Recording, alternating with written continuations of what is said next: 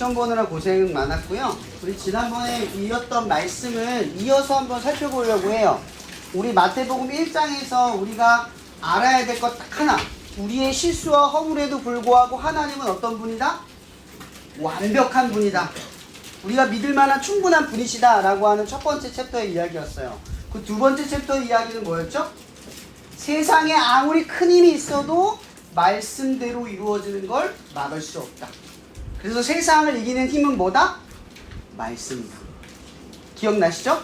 오늘 말씀의 파트는 세 번째 파트, 바로 말씀을 이루는 힘, 뜻을 이루는 힘이라는 주제를 가지고 전하려고 해요. 여러분, 예수님이라고 하면 성경에 어떤 분이에요? 하나님의 아들이자, 그러니까 우리가 또 다른 언어로 해석하면 신의 전지전능한 능력을 가지고 부여받은 존재, 이게 예수님이에요. 그러니까 예수님은 인간에 의해 죽거나 세상의 힘에 의해서 굴복될 수 없는 신적인 존재라는 거죠. 그럼 여러분, 예수님께서 우리를 구원하는 일을 이루시기 위해 자신의 힘만으로 충분하지 않았을까요? 그냥 하나님의 뜻대로 갈 필요 없이 예수님이 가진 힘만으로도 충분히 우리를 구원할 수 있는 일들을 일으키지 않았을까요? 그런 생각 안 들어요? 근데 예수님이 오늘 마태복음 3장에 어떤 일을 먼저 시작하느냐? 바로 이거예요. 예수님이 세례 요한, 즉 하나님이 먼저 예비하신 사람에 의해 성령을 받아요. 근데 그 자세가 뭐냐면, 여러분 그 침례라는 거 아시죠? 세례를 받는 거. 그 세례라고 하는 기독교적인 행사가 있어요. 이거 뭐냐면 물에다가 자기 몸을 담그는 거예요. 근데 그 담그는 예식을 어떻게 하냐면, 그걸 직전하는 사람이 머리에 손을 대고 그 사람을 물에 잠궈요. 이게 뭐냐면 죽었다 다시 살아났다, 새롭게 거듭나게 태어났다, 이 뜻이에요. 이제 하나님의 자녀로 살아가겠다, 이런 생일이, 이 1일이 생기는 거죠. 저는 4월 1일이 세례날이에요. 4월 1일이 제 새로 태어난 일이라고 생각을 하는 거죠. 공교롭게도 4월 3일 또 제 생일이에요. 저한테는 또 4월이 되게 의미 있는 한 달이 되죠. 뭐 여담이지만, 또 예수님께서는 하나님의 능력을 충분히 가지고 있지만 어때요? 사람의 손에 의해 성령의 능력을 받고 그리고 사역을 시작해요. 여러분, 하나님의 일을 할 때 제일 중요한 게 뭐라고 생각했어요? 재능, 소질, 힘. 여러분들이 꿈을 이룰 때 제일 중요한 건 스펙, 성적, 뭐 이런 거라고 생각을 많이 하잖아요. 그죠? 물론 그런 것들이 굉장히 중요한 비중을 차지할 수 있어요.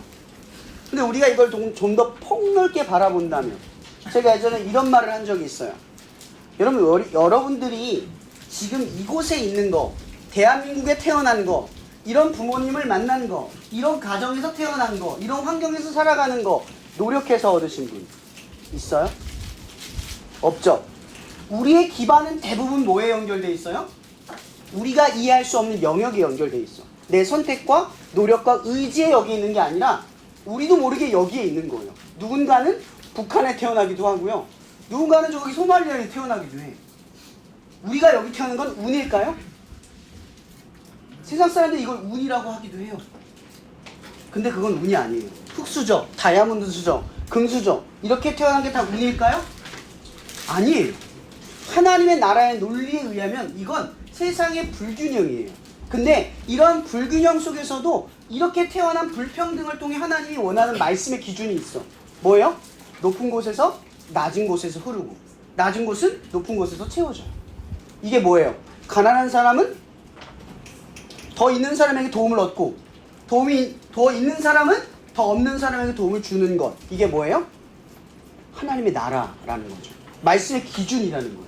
그러니까 이렇게 세상을 만든 건 우리의 탓이지만 이걸 흘러가게 만드는 게 뭐예요? 말씀이라는 거예요.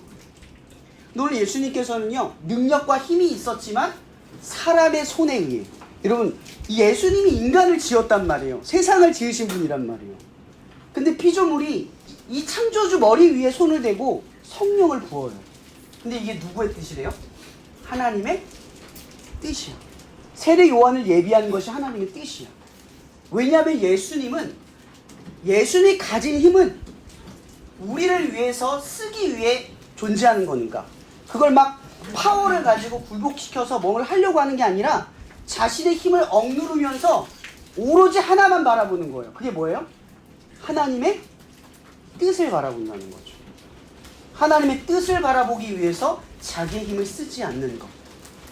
이것이 예수님의 사역의 첫 번째 출발입니다.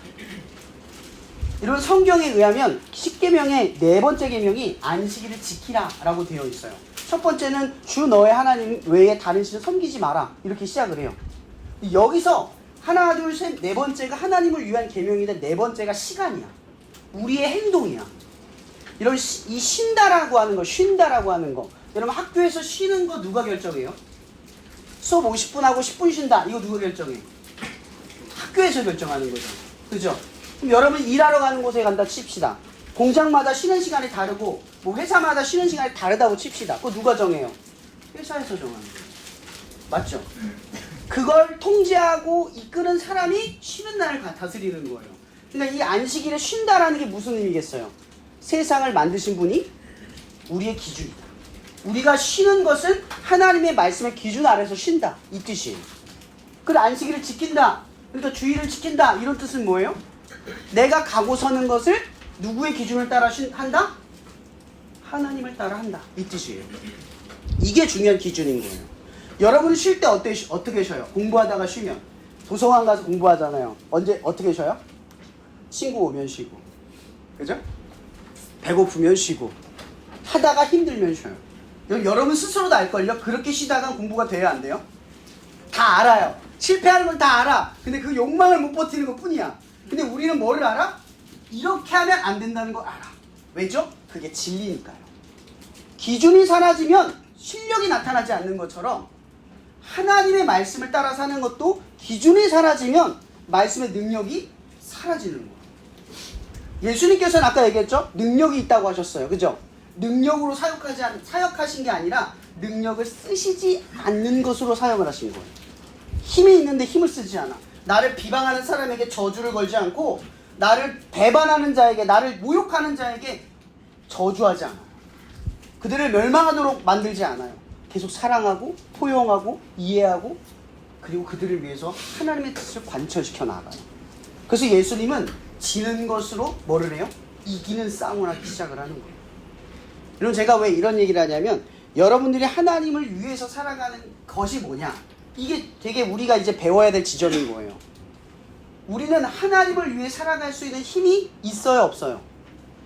있어요, 없어요? 거의 없어요. 있긴 있죠. 결단하고 한 발자국 내디는 정도? 그럼 두 발자국 내릴 쯤에 도망가요. 딴짓을 하거나 까먹거나 다시 내 삶의 기준으로 돌아갈 때가 있어요. 결국은 뭐가요? 우리 힘으로는 안 된단 말이에요. 그 예수님이 솔선수범해서 우리에게 보여준 게 있어요. 성령을 받았어요. 여기서 말하는 성령은 또 다른 역사하시는 하나님이라고 보면 돼요. 동사적인 하나님, 행동하시는 하나님이에요. 그게 뭐냐면 내가 힘이 안 돼. 내가 하나님의 뜻을 이루기에 힘이 없어. 기억력이 부족하고 능력이 의지가 부족해. 근데 여러분들의 삶을 어떻게 보면 지탱해주는 존재 중에 가장 중요한 존재를 따지자면 부모님일 거예요. 왜냐하면 부모님은 우리에게 잔소리를 하거든요. 근데 이 잔소리는 부모님을 위해서 하는 게 아니라 여러분을 위해서 하는 거예요. 근데 반대로 생각하면 그 잔소리가 사라지면 우리의 삶은 어때요? 어떨까 상상해 본 적 있어요? 마음대로 막 하고 싶은 대로 가겠죠. 그럼 삶은 엉망진창이 돼가요. 성령님이 이런 분이라는 거죠. 하나님께서 여러분들에게 하나님의 뜻을 살아가기 위해서 믿음을 주셨어요. 근데 믿음대로 살 수 없어. 근데 믿음으로 살게 하기 위해서 부모와 같은 존재, 늘 우리와 함께 하시면서 말씀을 떠올리고 말씀을 보게 하고 말씀대로 살아가게 하는 분을 주셨다는 거죠. 예수님이 그걸 받으신 거예요. 그리고 이걸 받자마자 세 가지 시험을 받게 되죠. 그 시험 중에 핵심은 이거예요. 세 가지 다 나열하진 않지만 그 핵심은 이거예요. 내가 하고 싶은 대로가 아니라 말씀이 시키는 대로 살아가는 씨름을 맨 먼저 시작했다는 거죠. 그럼 여러분들이 하나님의 자녀가 됐어요. 예수님을 믿고 구원을 받았어요. 근데 우리에게 그 다음에 시급한 일은 이제 예수님의 자녀답게 살아가는 문제겠죠. 근데 자녀답게 살아가는 게 어려워. 그 어려운 문제를 가지고 싸울 때 이 성령님이 우리 안에서 하는 일이 있다는 거예요. 떠올리게 하고 생각나게 하고 바라보게 하고 찾아가게 하는 것. 이것이 성령님의 역사라는 거예요. 그래서 우리에게 하게 되는 씨름의 첫 번째가 이거예요. 여러분 우리 밥 먹기 전에 기독교인들은 기도를 하거든요. 그리고 어떤 일을 하기 전에 기도를 해요. 그리고 중요하고 다급한 문제를 하기 앞서 먼저 기도를 해요. 왜 우리가 먼저 뭔가를 하기 전에 기도를 할까요? 우리의 힘이 부족해서? 물론 그것도 맞아요.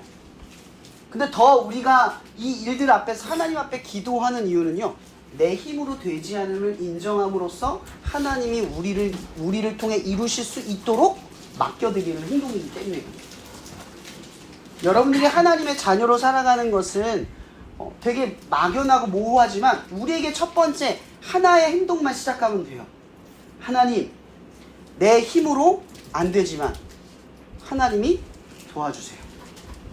내게 믿음을 주시고 믿음대로 살아갈 힘을 주세요. 라고 먼저 기도한다는 거죠. 밥 먹기 전에 기도하는 것도 마찬가지예요. 하나님, 오늘 이 귀중한 음식을 내게 주시고 이걸 만들기 위해 소중한 손길, 이 수고로운 손길을 축복하여 주시옵소서. 이걸 하나님께 돌려드리는 거예요. 우리가 이런 행위를 함으로써 뭐예요? 내가 하고자 하는 길을 가지 않고 하나님이 원하는 길을 가는 길을 선택을 하는 거예요. 세상의 논리는요, 힘을 따라 살아가려고 해요. 더 힘을 갖추라고 말하고 더 힘이 필요하다고 말해요. 근데 하나님의 말씀의 논리에서 제일 중요한 건요, 힘이 아니라 하나님이에요. 내 힘이 어디서부터 나오냐. 이런 세상의 힘은요, 여러분들이 바라보는 힘은 이런 거야. 내가 잘 될 땐 기분 좋아서 잘 되죠. 근데 여러분 실패할 때는 어디서 힘과 동력을 얻겠어요? 그렇죠? 그러니까 여러분이 잘 되고 못 될 때의 힘을 얻지 말고, 그걸 의지하지 말고, 내가 잘됨과 잘되지 않음과 상관없이 내 안에 계시는 하나님의 힘을 믿고 행동하라는 거예요. 늘 생각하세요. 어떤 일 앞에서 나는 누구다? 하나님의 자녀다. 자녀답게 살아가자. 그렇게 살아가기 위해 여러분들이 해야 할 일 첫 번째만 말해주는 거예요. 성경에 이런 말이 있어요. 누구든지 내 이름으로 구하면 무엇인지 주실 것이다. 이게 무슨 뜻이냐면 어떤 기도를 하든 끝에 예수님의 이름으로 기도합니다. 아멘. 이것만 해주면 돼요. 여러분의 작은 믿음으로도 힘들고 지칠 때 이 작은 음성에 귀 기울여 역사하시는 성령님이 여러분을 움직여 주시기를 축복합니다.